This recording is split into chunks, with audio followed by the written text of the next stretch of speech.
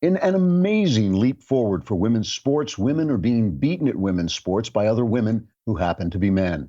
In the latest triumph for the ladies, a biological male cyclist set a world record for women's cycling by a man. All women who were men cheered this historic achievement, saying soon women would become so good at sports that there would be no women left in sports at all. The record-breaking cyclist is named Rachel McKinnon, sometimes known by his friends as Rachel Wink Wink McKinnon, or sometimes Rachel You Dog McKinnon. He pointed out in an interview that it was not fair to accept him as a woman in every other branch of life and then ban him from women's sports. A statement that proved the old rule of logic, that if you start a syllogism with a false premise, everything that follows it will be true, as in the true syllogism, if grass is purple, then up is down. Or the true syllogism, if Rachel McKinnon is a woman, he should be able to participate in women's sports. The revolution in women's sports that has done so much for women who happen to be men has spread to weightlifting, where transgender lifter Laurel Hubbard somehow managed to win 2 gold medals in the Pacific Games, and mixed martial arts fighting, where transgender fighter Fallon Fox broke his female opponent's skull, giving hope to wife beaters everywhere that they may soon be able to go pro. In track and field, women runners who are men have managed to take scholarships away from women runners who are women, thus proving another old adage, there's a sucker born every minute. The transgender revolution may soon transform other fields such as science, math, and of course, child sexual abuse. Democrats say they are so inspired by the amazing feats of women who aren't women that they may nominate Elizabeth Warren to run for president in 2020 in order to ensure we have our first woman president, Donald Trump. Trigger warning, I'm Andrew Klavan, and this is The Andrew Klavan Show. I feel hunky-dunky, life is tickety-boo. Birds are winging, also singing hunky-dunky. Shape tipsy-topsy, Lord is zippity-zing. It's a wonderful day, hurrah, hooray! It makes me want to sing. Oh, hurrah, hooray! Oh, hooray, hurrah! Okay, I know every time you watch this show, you're thinking to yourself, why didn't they use ZipRecruiter? ZipRecruiter likes to tell a story about Cafe Alturo's COO, Dylan Miskowitz, who needed to hire a director of coffee for his organic coffee company, but was having trouble finding qualified applicants. So he switched to ZipRecruiter, because ZipRecruiter doesn't depend on candidates finding you. It finds them for you. Its technology identifies people with the right experience and invites them to apply to your job, so you get qualified candidates. Dylan posted his job on ZipRecruiter and said he was impressed by how quickly he had great candidates apply. He also used ZipRecruiter's candidate rating filter his applicants so he could focus on the most relevant ones. And that's how Dylan found his new director of coffee in just a few days. And we didn't do that. And that's how I got this show. With results like that, it's no wonder 4 out of 5 employers who post on ZipRecruiter get a quality candidate within the first day. See why ZipRecruiter is effective for businesses of all sizes. Try ZipRecruiter for free at our web address, ziprecruiter.com/dailywire. That's ziprecruiter.com/DAILYWIRE. All one word, ziprecruiter.com/dailywire. It is the smarter way to hire. So, shortly after the attack on America by Islamists on 9/11, I should point out, before I get started, I should point out the mailbag is later today. All your problems, you too will be screaming like that when all your problems are solved. That's what you'll sound like, and your folks will say, oh my God, what has happened? Shortly after the attack on America by Islamists on 9/11 and the destruction of the World Trade Towers, a movie based on one of my novels, Don't Say a Word, became the #1 box office hit in America. There'd been some talk about delaying the release of the film and of second-guessing the release of all violent action films in the face of the real violence in New York. And in fact, audiences in theaters gasped when Don't Say a Word opened with a shot of the Twin Towers still standing intact, with my name over the picture, by the way, which was kind of unnerving even for me. To defend the release of the movie, I wrote an op-ed for the New York Times, which in the not that distant past had been a newspaper. Here's part of what I wrote. After a violent atrocity, there's always a rush to declare that movies were partly to blame because they desensitize us to violence. But after September 11th, our collective response to the horror showed that the vast majority of people know the difference between movies and reality and react accordingly. Many people remarked on how the video images of the terror on television looked incredibly like a Hollywood movie, but I haven't heard of anyone who reacted as if it actually were a Hollywood movie. We didn't sob when the building blew up in Die Hard. We didn't join the army when the aliens destroyed the White House in Independence Day. What I was saying, in other words, is that people can tell the difference between stories and reality, between fantasy and reality. And of course, that's true unless there is a massive effort to cut off access to reality. Then you can sell people a fantasy for a while until reality breaks in. At the end of World War I, many Germans were shocked that their country had surrendered while their armies were still in France because the German government hadn't told them that that outcome had been inevitable for years. That's part of the reason why Hitler was able to sell the fairy tale that they'd been winning the war but been betrayed, stabbed in the back by the Jews and others. In the Soviet Union, people were startled when the great communist experiment suddenly collapsed, and it became clear that people in the West were living much happier, more prosperous lives than they were. The Russian people had been lied to for so long that many, even some higher up in the government, just didn't know the truth. Today, in league with the mainstream news media, the networks and the New York Times and the Washington Post and CNN and so on, the Democrats are trying to create a similar situation.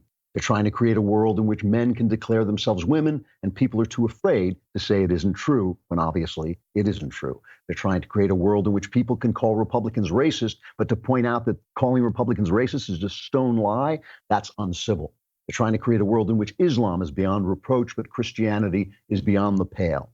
And right this minute, right in front of us, they're trying to create a world in which the tyranny and criminality of Donald Trump that exists entirely in their imagination replaces the obvious reality of an outside, flawed, sometimes clumsy, sometimes loudmouth president who in no way has infringed on our freedoms or damaged our democracy at all, as far as I can tell, but if at all, to nothing like the extent Barack Obama did with his out-of-control IRS, FBI, and CIA. This is essentially a grand experiment in postmodern leftism. These are the same people who taught an entire generation that there is no truth, there's only narrative, and that he who captures the human imagination captures reality itself.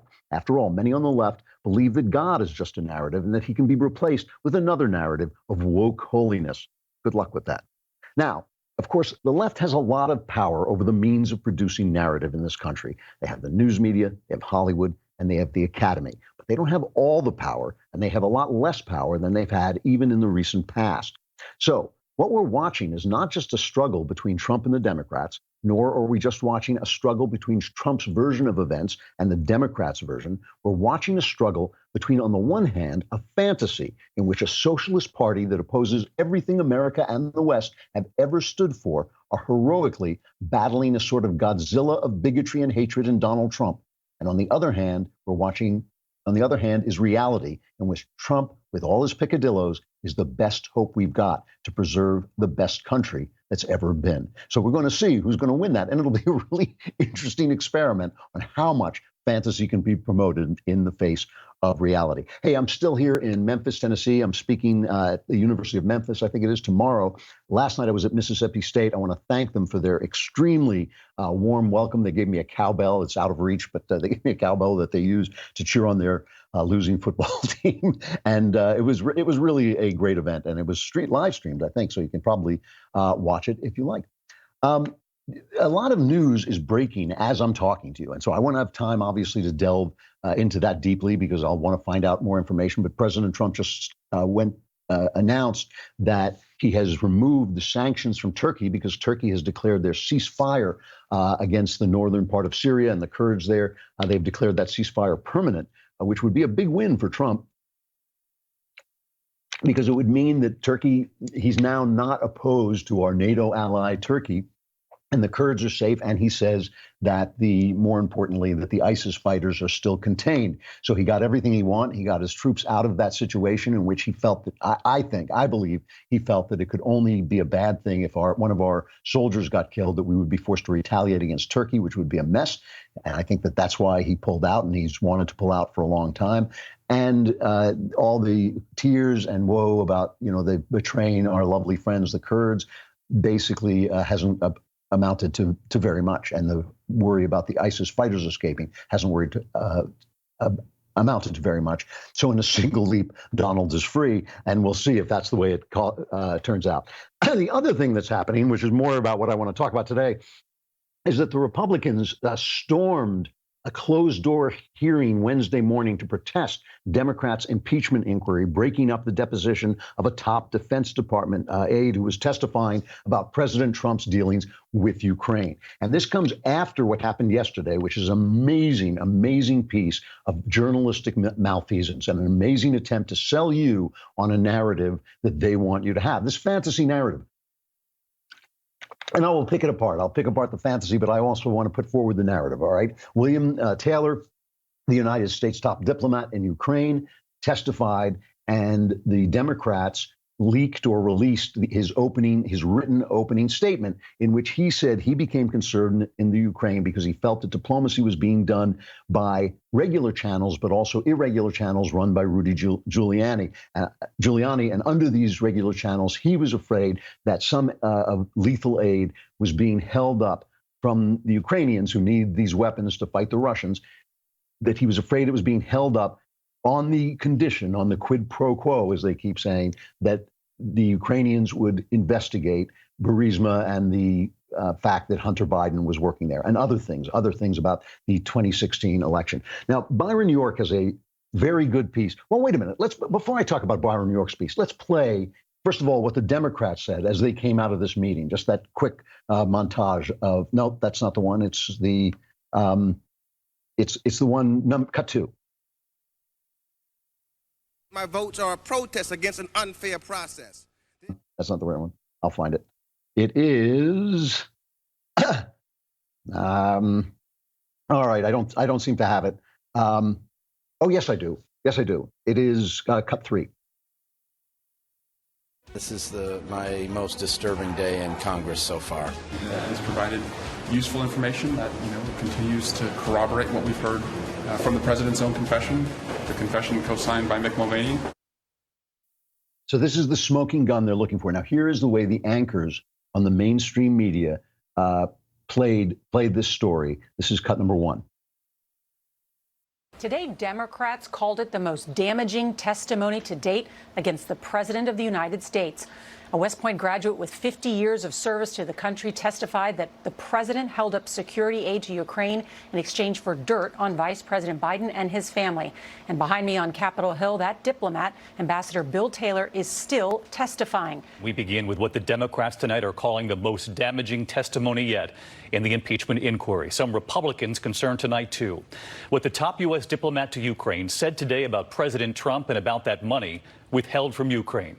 That diplomat, Bill Taylor, testifying under subpoena. President Trump's oft-repeated impeachment defense that there was no quid pro quo may have crumbled today under the weight of explosive testimony of the administration's top envoy to Ukraine. William Taylor reportedly describing to House investigators what he says the administration dangled in order to nudge Ukraine into announcing politically charged investigations. Unbelievable bias, right? They all have behind them the words explosive testimony. This is Democrat leaked information. You didn't hear the cross-examination. You didn't hear the questioning by the Republicans. You didn't hear other people who have disagreed with what he just said. None of that has been released. They only release what they want. And the Democrats release it to the Democrats, three of whom you just saw on television, who then repeat the information to you. You're being surrounded by this narrative. And in order to buy into this narrative, in order to even think this narrative is plausible, you have to have a kind of amnesia, right? You have to forget that they wanted him so defeated so badly, they spied on him using our intelligence and FBI service. They called for his impeachment before he took office, so it has nothing to do with Ukraine. They don't care about Ukraine. They only care about the impeachment. You have to forget that they used this very technique of leaking to Democrat news outlets to start the snowball rolling on this Russian collusion narrative. You have to forget all about that and the fact that it all exploded in their face. And when it exploded in their face, they tried to then roll that into an obstruction of justice narrative. They tried to misread and rewrite the Mueller report and claim that Bill Barr had done something wrong. Remember that this is an amazing thing. They claimed Bill Barr had done something wrong by withholding small parts of the Mueller report that he had to that he was forced legally to withhold. Oh my goodness! The fact that the people have a right to know, and they're behind closed doors, leaking the information they want. You have to forget all that. They are depending on you being an idiot, all right? They're depending on you being they're depending on you being a character from some like old thriller where the guy wakes up and doesn't remember who he is, right? And there's a dead body next to him. That's what they're depending on you being like. Oh yeah, I forgot all about the other impeachment narratives. They're all gone. And now this one must be really, really important. Well, John Ratcliffe was one of the guys who cross-examined the ambassador, and he went on with Marsh McCallan and talked about what happened. This is his first cut. Well, I read that testimony that you're talking about, his opening statement, and, you know, there were some things in there that I think provided greater detail than we had seen before from some other career diplomats. Mm-hmm. But at the end of the day, again, this was about quid pro quo and whether or not the Ukrainians were aware that military aid was being withheld. And on that most important issue, neither this witness or any other witness has provided any evidence that there was a quid pro quo, or any evidence that the Ukrainians were aware that military aid was being withheld on July 25th. And unless and until they bring in a witness who is willing to say that there was knowledge by someone that speaks Ukrainian to that fact, a quid pro quo is legally impossible. So he's saying this isn't explosive testimony. Hey, and listen, you know, if we had been able to see it, we could have made up our own minds. That's what the Democrats don't want to happen, because it happened before during the Russian collusion thing, and it didn't work out well for them. It happened during their attempt to claim obstruction of justice. That didn't work out well. So they're making sure that you will be taken out of the process and only their fantasy will enfold you. That is what they're trying to do. And I'm seeing, you know, mostly never Trumpers, but some right-wing writers who are saying, oh, they're wiping their brows, they're clutching their pearls. Oh, my goodness, this explosive testimony, because they're wrapped up in this narrative. Let me take a moment here to welcome a new sponsor, and I love welcoming sponsors that I have been using for years, even before they were sponsored. This is Eero. They are a company, a Wi-Fi company that boosts the Wi-Fi in your home. I have out in the back in my patio, I have this little outhouse. It really is the size of an outhouse. That's where I do my writing. When I go out of the house and I lock myself in this little tiny shed, and I do my writing there, and I need my Wi-Fi. I need to be able to do research. I need to be able to check on things. I need to be able to know what I'm doing. And I just was not getting Wi-Fi. So I put in this Eero, E-E-R-O, and it boosts the Wi-Fi. And now my Wi-Fi is absolutely perfect. It really is. It starts at just $99. Eero blankets your whole home with fast, reliable Wi-Fi. It truly does. It sets up in just minutes. If I can set it up, you can set it up. It plugs right into your modem or modem router box, and you manage it from an app on your phone. It really is cool. The app lets you pause the Wi-Fi for dinner if you want, get alerts if any device attempts to join your network. Eero has fixed all my Wi-Fi issues. You can get yours fixed as soon as tomorrow. Go to Eero.com/Andrew and enter code Andrew at checkout to get free overnight shipping with your order. That's EERO.com/Andrew, code Andrew at checkout to get your Eero delivered with free overnight shipping. You must use this URL to receive the offer. Eero.com/Andrew, code Andrew. If you have this problem, if you have this Wi-Fi problem, use this thing. It fixes it. That's all you got to know. And it's inexpensive, and you never think about it again.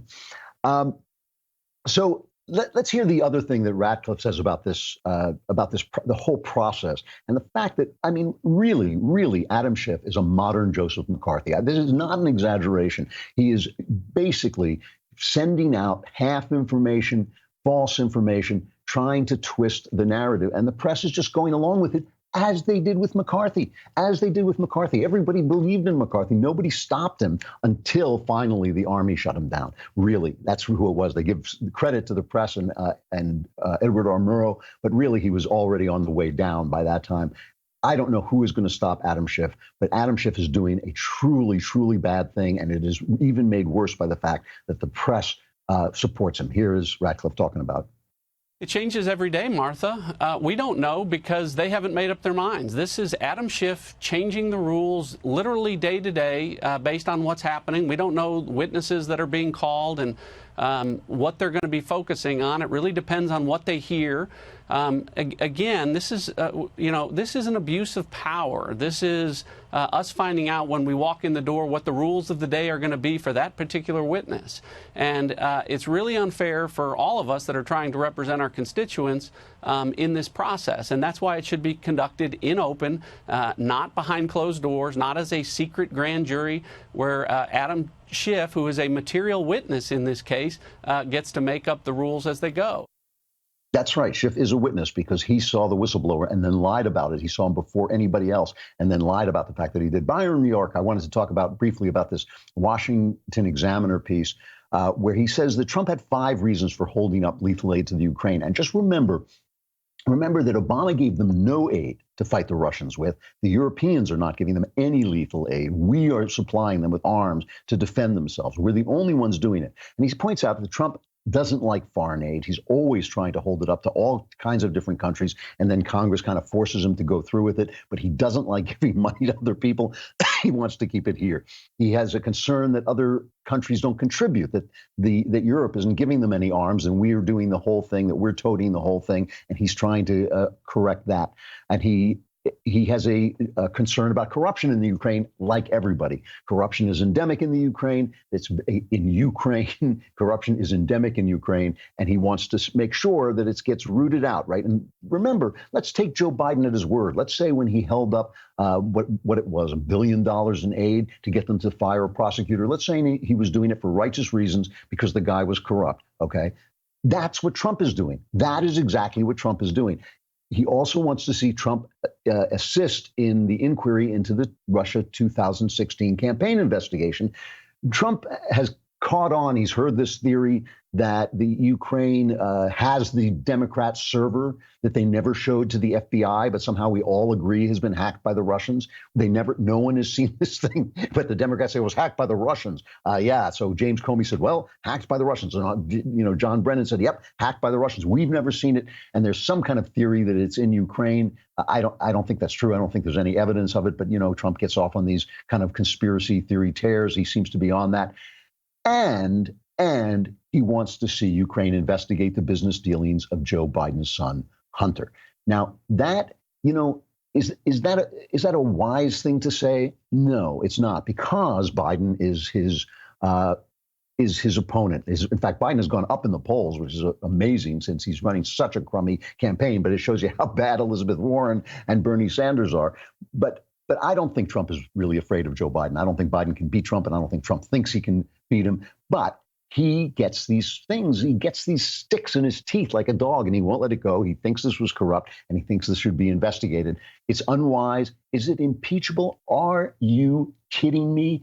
Is it impeachable? If it's impeachable, then Barack Obama, who bugged Trump's phone, who sent spies into his campaign, should be in prison. If this is an impeachable offense, this minor little trivial malfeasance on Trump's part because he's got a big mouth and he doesn't think all the time before he speaks, if that's an impeachable offense, then Obama should be in prison for what he did. And here's the problem,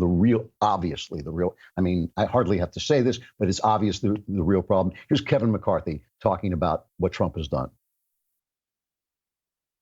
I think the president has done a tremendous job. Would my job be easier that the economy is so strong because this president has been able to turn it around? Is our job as a nation safer because he's helped rebuilding the military? Is America stronger because more people are working today? Yeah, the president deserves credit for that. So that's the problem. No, they've got a dead communist, Bernie Sanders, who unfortunately, I'm sorry to say, passed away a couple of weeks ago, has now been carried around for a weekend at Bernie's campaign. They've got the wooden Indian, who's going to end up, if she runs for office, she's going to end up in front of a cigar store holding cigars. And they've got Joe Biden, who's like a doddering old man who can't get the words out of his mouth. His eye keeps exploding, his teeth are falling out. That's what this is about. So, and then, if you just want to watch them sell a fantasy, yesterday, Trump tweeted out in his, again, he ought to be careful about this because it does hurt him in the polls. We all know this. It is a criticism of Trump. It's not a moral criticism of him, but it's just unwise. He tweeted out, this is a lynching. This impeachment hearing is a lynching. So of course, the left goes mad. Oh, the racism, the racism. I'll just show you one. Charles Blow, the most accurately named person in commentary world. Charles Blow goes on Don Lemon, and Don Lemon says, tell us about this horrible, horrible, horrible thing that Donald Trump has done. This is a simple objection because it's horrific. But I think it's really big to me in the sense that it is a pattern that I see, particularly among conservatives, particularly among white conservatives, to try to co-opt the language of white supremacist terror against black bodies and to neuter it, or to basically to purchase their way into oppression without ever being oppressed, or to purchase their way into the effects of terror without ever being terrorized, and to take the language and say that it can be applied to anybody, right? It is actually very specific. So stop saying, I was lynched. Stop saying you vote Democratic so you're on a plantation. Stop saying that this feels like slavery to me. Stop saying that this is, reverse discrimination whenever I don't get my way. So that is, I mean, it's so open that they don't even know they're doing it, right? They are setting the rules of the dialogue. You are not allowed to use the word lynching. You are not allowed to use these talking points. These are our talking points. This is the way we control the narrative. This is the way we control people's minds. You're not allowed to do it. And just to show you what a fake, what a phony, what a fraud that narrative is, and Charles Blow is, here is a montage, I got it from Grabian, of the Democrats during the Clinton impeachment. And in this montage, if you're not watching, it includes Joe Biden. My votes are a protest against an unfair process. The inequities in the impeachment process have been glaring. What we are doing here is not a prosecution, it's a persecution. And indeed, it is a political lynching. So I will not vote for this nightmare before Christmas. I will not vote for this lynching in the people's house. I will vote against these resolutions. Even if the president should be impeached, history is going to question whether or not this was just a partisan lynching. This day feels to me like we're taking a step down the road to becoming a political lynch mob. And for those of you who say that this isn't about sex, I agree with you. This is about getting rid of the President of the United States. The whole idea is a lynch mob mentality. That's amazing. It is amazing. The hypocrisy is amazing. The double, if the Democrats didn't have double standards, they'd have no standards at all. The thing is, they keep saying about us, never Trumpers and the Democrats keep saying about us, oh, you sell your principles and to say Trump is perfect and Trump is always perfect and you defend everything Trump does. Well, you listen to the show and that's not true. I mean, that's not what I think at all. What I think is that Trump is better than they are. I think Trump has his flaws, but he is doing a good job and he's preserving some semblance of the founding principle of limited government so there's more individual freedom. Name one Democrat, all the ones they talk about as being moderate, name one Democrat who wants to limit the power of the government, who wants to limit the power of government and preserve your freedom. Name one. Name one who doesn't sit around and say that transgender child abuse is child abuse. Name one who calls it out. Name one who says that killing a baby before it's born, even moments before it's born, is an atrocity. Name one. None of them say it. Trump says all those things. He stands up for all those things. Is he flawed? Yeah, of course he's flawed. When I go and talk to Trump supporters, even the people who love him, say, oh, I wish he'd tweet less. He probably shouldn't have said that thing about lynching. We know that hurts him. We know that hurts him with black people. And it's too bad because he's doing a good job for black people too, and it's too bad that it hurts him. We all wish he didn't have flaws, but he's better than they are. And there's only two choices. He's doing a good job. That's not a fantasy. That's reality. Everything the Democrats are selling is fantasy, and it's going to be a really, really interesting experiment whether they can sell that fantasy to the American people while people like us at the Daily Wire are still here. We will see. All right, we got to talk about NetSuite. NetSuite is an excellent, excellent system for your business. And like I say, I am a business. I need to know where all my numbers are. If you don't know your numbers, you don't know what your business is doing. And the problem is, a lot of growing businesses have is that there's a hodgepodge of business systems. They have to go different places to find out what's going on. But NetSuite brings it all together. NetSuite by Oracle is the business management software that handles every aspect of your business in an easy-to-use cloud platform, giving you the visibility and control you need to grow. With NetSuite, you save time, you save money, you save unneeded headaches by managing sales, finance, and accounting, orders, and HR instantly right from your desktop or phone. That's why NetSuite is the world's #1 cloud business system. And right now, NetSuite is offering you valuable insights with a free guide, 7 key strategies to grow your profits at netsuite.com/Klavan. That's netsuite.com/Klavan to download your free guide, 7 key strategies to grow your profits, netsuite.com/Klavan. First key strategy. How do you spell Klavan? You lose. You got to know that. It's Klavan, no E's in Klavan. All right, come to Daily Wire and subscribe so you can be in the mailbag next week. It's uncomfortable. It's a little scratchy. It's a little claustrophobic, but you get to answer. You get all your questions answered, all your problems solved, as you will see coming right up.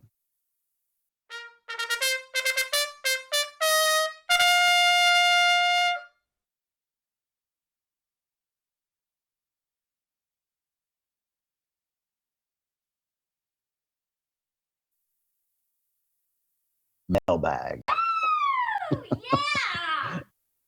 All right, from Alex. I started watching your show after subscribing for Shapiro. I'm starting to find, I got to read this, it's hilarious. I'm starting to find Shapiro's commentary a bit dour. You think? But I found solace when I found your show.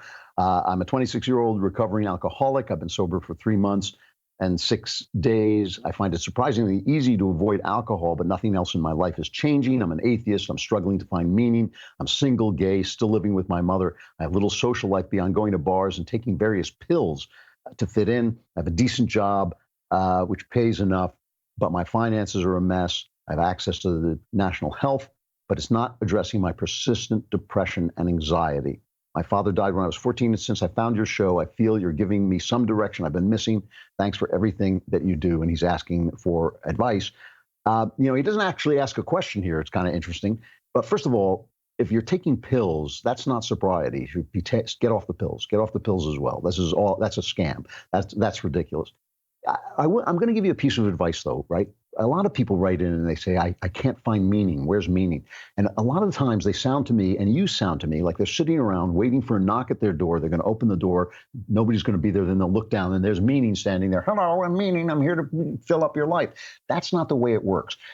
Alcoholics Anonymous has a saying. They have a lot of really good sayings because they've, like the Catholic Church, they've dealt with all this suffering. So they have a lot of good advice for people who are suffering. And one of their sayings is, God can't drive a parked car. Okay. Now, obviously, God can do anything he wants, but God won't drive a parked car. You have to go out and look for meaning. And the way you look for meaning is by changing the habits that have gotten you into the depression that you're in. And that takes effort. And the only way that effort is going to come is it's going to come from you. You've got to get out and do things. You've got to get out and do things for other people. You've got to get out and do charitable things, do volunteer things. Make sure you get out among other people who aren't taking, where you don't have to take pills to fit in, other people where you don't have to drink to fit in, but you can just do the thing that you're doing. Now, some of the stuff that you go out and do, the point about driving a parked car, some of the stuff you go out and do to find meaning might not be the stuff you end up doing, right? I mean, when I was a long, long time ago, when I was in a deep, deep depression, I went out and joined a couple of clubs and colleges, and half of them I hated, but at least it got me out and it broke the grip depression held on me. So you got to get moving. You got to go out and do that stuff, look for it, and get off those pills, because that's a scam. If you're on pills, you are not fully sober. You have got to be clean and straight and sober to do this, and then get out there and get out and do it. And you'll find a lot of stuff cleans up once the hold of your depression is broken. This guy says his name is also Drew. To the mighty Klavan, I love the show and I have a simple question that I really can't come up with a good answer to. Are we in a Cold War with China? I know there isn't really an arms race, but when it comes to communism versus capitalism, intellectual property theft, trade disparities, and other battles, it seems we're in some sort of fight with China. If this is not a Cold War, what would make it one? Well, I think it would be the fight for territory. I mean, I think this was the thing. You have to remember the Soviet Union was an imperialist power and was trying to take over Africa and South America, Cuba, all these different places where it was moving its philosophy. And that was the goal. And during the Carter administration, you go back and look at the countries that were turning communist, and it was on the march. It was really coming forward, and then Reagan put an end to it. But, so that's why it was a war. The two principles were not firing at each other. We weren't nuking at each other, but there was fighting going on. There was fighting over whether places were going to go communist or whether they were going to stay free.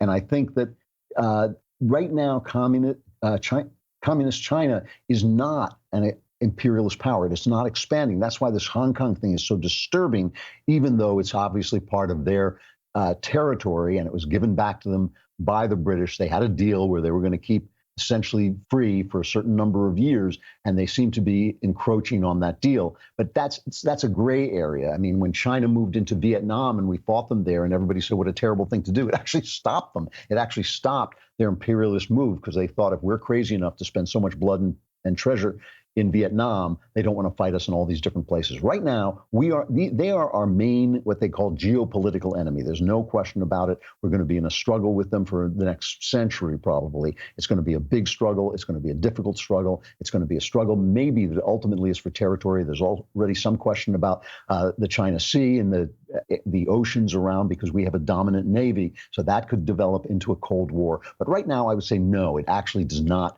fulfill the qualifications of a Cold War, but it could, and it may. From Remington, great name. Hey, Andrew, I am the vice president of my university's pro-life club. I'm an ardent pro-life Catholic, the only religious person in my family. My family is somewhat tolerant of my decisions, but they can be very edgy and disapproving of my views. And often when I bring this topic up, often when this topic comes up, I'm ganged up on. When it comes to abortion, do you have any advice for a young person about standing your ground and effectively communicating your message, even in the face of everyone in the room disagreeing with you? I love my family. They love me too, but I want to stand up for what I believe in as effectively as I can, and perhaps even change their mind someday. I mean, this is another question I get a lot, especially at colleges, and I got it last night at Mississippi State, and my answer is not that pleasant. My answer is that what you're really asking is, can you have integrity without consequences? And the answer is no. You can't have integrity without consequences. It costs you. I mean, that's the main, as I said last night in this speech, that's the main message of the gospel. If you tell the truth, they'll kill you. I mean, that is, if the entire gospel, the gospel means good news. The good news is, if you tell the truth, they'll kill you. And but the truth lives forever, I guess, is the rest of that good news, what makes it good news. So listen, you don't have to get you don't have to set yourself to convince your family of this. That's not your job. Your job is to speak when you need to speak, to say what you have to say. But don't, put your love of your family first. Put your love of your family first. If they can't discuss it with you in a civil way, you don't have to. That's not the fight you have to pick. It's not going to make any difference to the ultimate conclusion of this if your family changes their minds. If they want to engage with you in a respectful and civil way, it's always something you can talk about. If it comes up, you shouldn't feel that you should be silenced, but you should understand it's going to cause animosity. It's going to cause hostility. There's no integrity without consequences. That's not the way it works. That's what integrity is. Integrity is the willingness to face the consequences, to speak the truth as you see it. And so, this is an important issue, and it's an issue that you should work toward and should participate in, but you don't have to do it in family situations. You don't have to say, oh boy, it's Thanksgiving, let's talk about abortion. That's not on you. That's not the burden that's on you. The burden is simply to speak the truth when the truth needs to be spoken. All right. So from Johnny, hello, Mr. Klavan. I don't know what to do. I'm head over heels for a woman that already has a boyfriend. I'm not a bad person. This weighs heavily on my conscience. We have a lot in common and we just click. I see a lot of potential in a possible relationship with her. We have already been slightly intimate, and I can't stop thinking about her. She's younger than I am. She's confused. I have more life experience. Her boyfriend is young, and like a young person, doesn't have the capacity to treat the woman the way she should. Do you think it's possible to trust her if she does decide to be with me, given the fact that we speak privately every day and we've been slightly intimate already? No, you can't trust her. Of course you can't trust her. You can't trust yourself. I mean, you're not doing the right thing either, but she's certainly not doing the right thing. If she cheats on this guy with you, she'll cheat on you with somebody else. That's almost guaranteed. And even if it's not guaranteed, how will you ever know? You're not in love, you're in lust. You have a thing for this girl. I get it. You're hot for her. I get it. but still, you're doing the wrong thing. And having a conscience, being bothered by something doesn't make you a good person. Doing the right thing is what makes you a good person. You know, it's like, yeah, I killed that guy, but I feel bad about it, so I'm a good person. No, you're doing the wrong thing. You're cheating on somebody, and she's cheating on somebody, and that's who she is. She is a cheater, and she'll be a cheater when she's with you. And what you really seem to be saying is that you have more money than this guy, so you're more appealing to her. And that's a question about her character too. But the character that I would be worried about is yours. I'd be worried about, you know, what you're doing here, because this is just, you know, you lust after somebody, and so you're doing the wrong thing, powered by lust. People do that. I've done it. You know, it's not a good thing. Stop doing it. That's the answer. Find a girl who won't cheat on whoever she's with, and find somebody who's not with anybody, and you'll be a lot happier. From Ken, greetings, Ezra. I always appreciate your humor and insight. During one of your podcasts, you mentioned the filmmaker M. Night Shyamalan. I forget the context. You talked about how much you liked The Sixth Sense. Then you mentioned The Village, and I didn't like that film. Why? I love that film. I thought it worked very well. The mood, the monster, the ending, the whole trip, and the fantastic score. Please explain why it didn't measure up. Well, I found it hackneyed. I found it disappointing. I found it unbelievable. I found the twist ending forced. I thought Shyamalan made a key mistake. Probably the people who were paying him also made this mistake. The Sixth Sense had this wonderful ending. He thought he had to imitate that ending. He thought that was going to be his brand. But the thing about The Sixth Sense, when you watch it, is a really good story, well told. That should have been his brand. And I didn't think The Village, I thought The Village had some good parts at the beginning of it, but I didn't think it was really a very good story. And I didn't think the ending of it made any sense at all. I just thought it was really forced and unbelievable. And it wasn't scary, and it was, you know, silly. The thing that really got me about it, too, is that the trailers were great. The trailers were some of the best trailers I ever saw. So maybe I hated it more than it deserved because it didn't live up to the trailers, but it still was not a very good or moving film. I really think The Sixth Sense remains his best film. I can't think of one that's topped it off the top of my head. From Luke, hail Klavan, Lord of the Multiverse, Protector of Virgins, Slayer of Gnolls. My wife and I are soon going to have a son. I'm full of excitement, but along with my excitement, I'm also worried about my ability to protect and prepare my son, mainly in light of my own struggles with pornography. I fear my son will follow me in my weakness. I've heard of studies that show sheltering young people from sexuality simply gives them a desire to seek out pornography and sexual experiences more fervently. I do not know how to apply that knowledge to my own family. Exposing my son to nudity or sexuality seems like a betrayal of my mandate as a father, while it seems that sheltering him could also cause him to seek out pornography even more. I would be grateful for any insight or guidance you could give me on this topic. You know, this letter disturbs me a little bit, first of all, because you don't talk about where you are in your struggles with pornography. Are you addicted to it? Are you still addicted to it? Were you addicted to it and you stopped? Do you occasionally partake of it and wish you didn't? I don't know where you stand on that. So I'm going a little bit in the dark here. However, this isn't, if you are struggling with pornography, you need to win that struggle for the sake of your son. And it has nothing to do with your son. Why should he follow you? And why on earth would you expose him to it? I mean, that would be child abuse. That would seriously be an abusive thing to do with this child. It is not your job to expose him to naked women or sexuality or anything. All that stuff will come in time. He will find it in time. He will, you know, if most normal boys do look at some pornography at some point.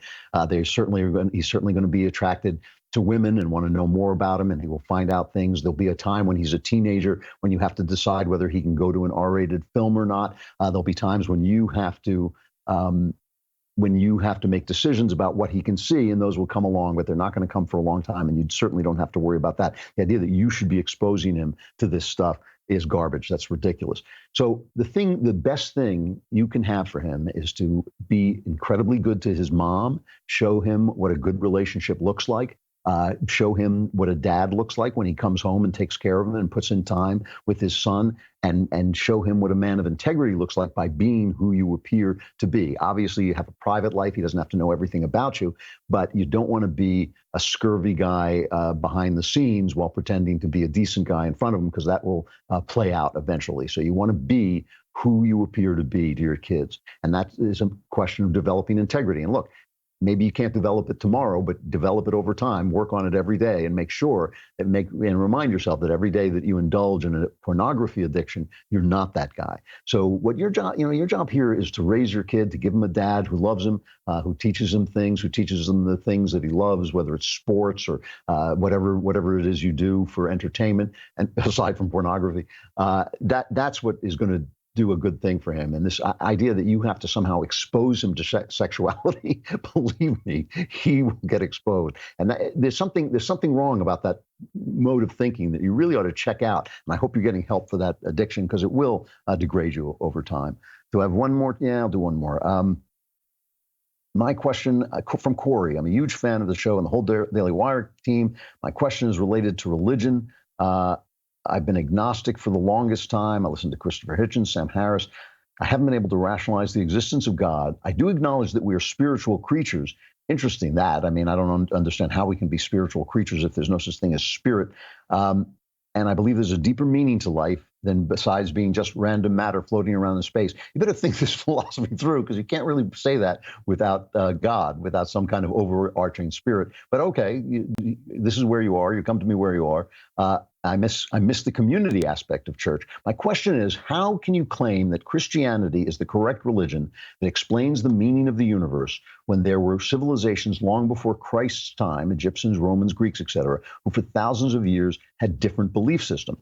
All right, I will answer that question. But before I answer that question, why don't you go to God first and find out what God wants you to believe, okay? Because if you believe that life has meaning, if you believe in the spirit, let me tell you, once you work that out logically, you're going to find that there's a God, or that there's at least some overarching spirit in the world. Why don't you go to him first and find out what he communicates to you in prayer and in listening and in meditation and thinking and reading not just the Bible, but other books that talk about all this. I don't understand why you have to accept Christianity whole before you accept what is obviously part of your philosophy, that there is meaning and spirit in life. The answer to your question is very simple. The Romans and Greeks and Egyptians also believed in kinds of medicine that weren't true, okay? It's entirely possible that great civilizations were built on myths that C.S. Lewis called them good dreams. They are dreams that when you read them, they come very close to some of the Christian stories, and then the Christian story actually happened. It was as if the Christian story lived in our hearts as a prophecy and then came true, okay? Again, where you are right now, I would start to explore your ideas deeper. What does it mean that life has meaning? What does it mean that you're a spiritual person, that you're a person with a spirit? How do you work that out into a greater vision that actually makes sense? That's where I would begin before worrying about Christianity at all. Find out what God is like, and then find out, gee, which of these religions really describes him as I experience him? That's the way I would do it. That's the way I have done it. I will be back tomorrow, still in Memphis one more day. I will talk to you then. This is Andrew Klavan. This is The Andrew Klavan Show. Oh, hooray, hurrah. The Andrew Klavan Show is produced by Austin Stevens and directed by Mike Joyner. Executive producer, Jeremy Boring. Senior producer, Jonathan Hay. And our supervising producers are Mathis Glover and Robert Sterling. Assistant director, Pavel Wydowski. Edited by Adam Sayevitz. Audio is mixed by Mike Cormina. Hair and makeup is by Jesua Alvera. Animations are by Cynthia Angulo. And our production assistant is Nick Sheehan. The Andrew Klavan Show is a Daily Wire production. Copyright Daily Wire 2019. If you want to delve the depths of leftist madness, head on over to The Michael Knowles Show, where we examine what's really going on beneath the surface of our politics and bask in the simple joys of being right.